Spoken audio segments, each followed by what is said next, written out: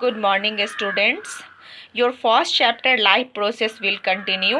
The topic is respiration and पिछले class में हमने पढ़ा था aerobic respiration and anaerobic respiration, और इस क्लास में हम लिखने वाले और देखने वाले हैं difference between aerobic and anaerobic respiration. Clear?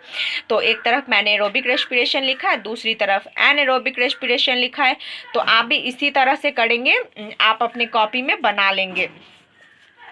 तो पहला जो मैंने डिफरेंस लिखा है वो aerobic respiration takes place in the presence of oxygen. It means aerobic respiration oxygen की उपस्थिति में होता है, और पहला एनारोबिक के तरफ मैंने लिखा है anaerobic respiration takes place in the absence of oxygen. Clear? यानी एरोबिक रेस्पिरेशन ऑक्सीजन की उपस्थिति में होता है और एनारोबिक रेस्पिरेशन ऑक्सीजन की अनुपस्थिति में होता है।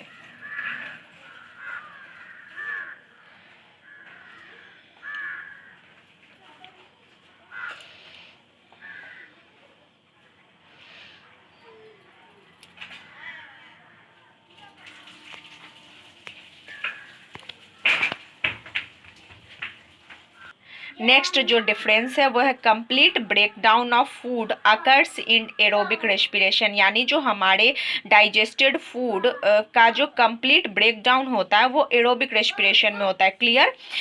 और जो एनारोबिक रेस्पिरेशन होता है उसमें क्या होता है, partial breakdown of food occurs in anaerobic respiration. यानी जो हमारा फूड का जो ब्रेकडाउन होता है यानी बर्निंग होता है वो कम मात्रा में होता है एरोबिक रेस्पिरेशन में, और कंप्लीट किस में होता है, एरोबिक रेस्पिरेशन में। तभी एरोबिक रेस्पिरेशन में ज़्यादा मात्रा में एनर्जी मिलता है और एनारोबिक में कम मात्रा में। नेक्स्ट जो डिफरेंस है, the end product of an aerobic respiration are carbon dioxide and water. जो हमारा एंड प्रोडक्ट होता है एरोबिक रेस्पिरेशन में वो होता है CO2 और H2O। और इधर क्या होता है एरोबिक रेस्पिरेशन में, the end product in anaerobic respiration में भी इथानॉल, जो कि ईस्ट ये सब में बनता है यानी पैरामीशियम इन सब में, और लैक्टिक एसिड। और लैक्टिक एसिड किस में, एनिमल्स मसल्स में, जब हम एक्सेसिव एक्सरसाइज कर लेते हैं, जो कि पिछले क्लास में हम पढ़े थे। नहीं तो आप वहाँ से देख लेंगे।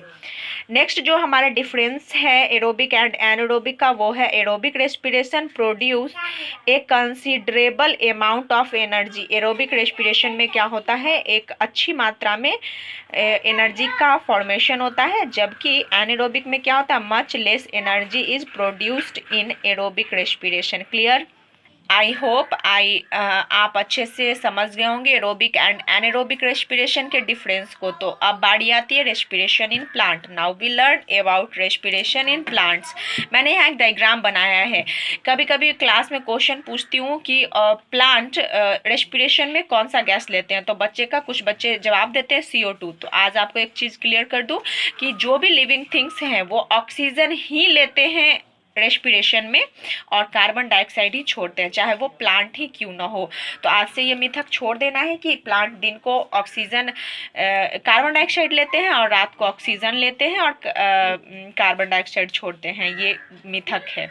यहाँ मैंने सम इम्पोर्टेंट पॉइंट लिखे हैं रेस्पिरेशन इन प्लांट्स के। तो पहला जो हमारा इम्पोर्टेंट पॉइंट है वो all the parts of a plant like root stem and leaves perform respiration individually. यानी प्लांट के सारे पार्ट रेस्पिरेशन करते हैं, और on the other hand an animal performs respiration as a single unit. और हम में क्या होता है कि हम नोज द्वारा सांस लेते हैं, फेफड़े में उसका ये होता है, तो इस तरह से हमारा कुछ रेस्पिरेटरी ऑर्गन होता है जिससे हम सांस लेते हैं एनिमल्स का। ओके, दूसरा है during respiration in plant there is a little transport of respiratory gases from one part of plant to the other. On the other hand, respiratory gases are usually transported over long distances inside an animals during respiration. It means जब plant के सारे part respiration कर रहे हैं तो उनको काफ़ी कम दूरी तय करना होता है रेस्पिरेटरी गैसेस को, लेकिन जो एनिमल्स होते हैं उसमें कोई खास ऑर्गन रेस्पिरेशन करता है तो उसको काफ़ी लॉन्ग डिस्टेंस ट्रैवल करना होता है। क्लियर? नेक्स्ट जो यहाँ इंपॉर्टेंट टॉपिक है वो the respiration in plants occurs at a slow rate. और प्लांट में जो होता है वो सारे पार्ट कर रहे हैं तो स्लो रेट होता है, लेकिन on other hand the respiration in animals occur at a much faster rate. क्योंकि यहाँ एक ही ऑर्गन को करना और सारे सेल तक जाना, इसीलिए क्या होता है कि एनिमल्स में रेस्पिरेशन फास्ट होता है। नाउ अब बारी आती है होमवर्क की। तो इन सभी क्वेश्चंस को राइट भी करना और लर्न भी पीछे की तरफ। तो पहला क्वेश्चन है difference between aerobic and anaerobic respiration, आपको लर्न भी करने और राइट भी। दूसरा डिस्क्राइब रेस्पिरेशन इन प्लांट। तीसरा read about respiration in human. Bye bye, take care of yourself and other.